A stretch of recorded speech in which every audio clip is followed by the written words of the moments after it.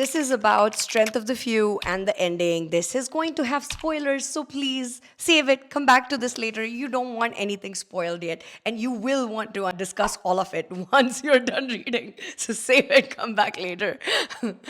Okay, now that only the people who have read the book are here, let's chat about a few of the questions that Anne has. First of all, Hail Whist at the end, that is Calidus. I am almost 98% sure. And the reason why I am is because his body was kept as it is. It was preserved. Vis did not get a chance to see his body. Remember that? When he asks to do the final rites, they say his body is already been moved. He cannot see it. And I believe that is Calidus.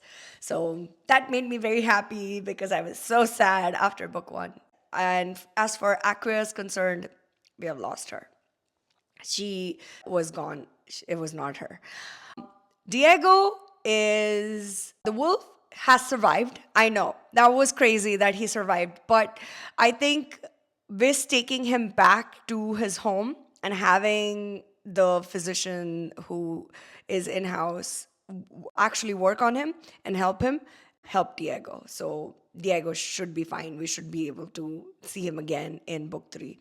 Is Vis actually dead on the Celtic world? So in Lucium, is Vis dead? No, he is not. Because his father gave him his Vitarium, so he actually survived because of that. If his father would not have given it to him, he would have not made it.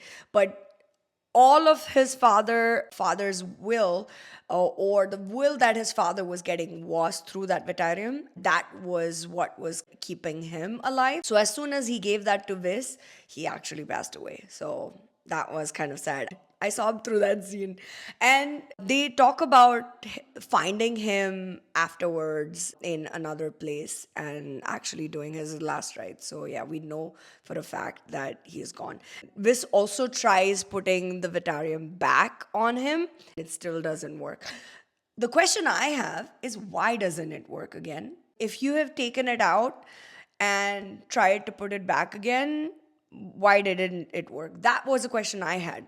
Because if he wears it again, it should start working again, right? So unless it was the will that was given from the person who put the Vitarium on him, when it was removed, the will went back to the other person and he couldn't make it. But then why couldn't Vis imbue his will through that? Why couldn't he make him a Yunctus, which he was again? So that even I haven't figured out. I don't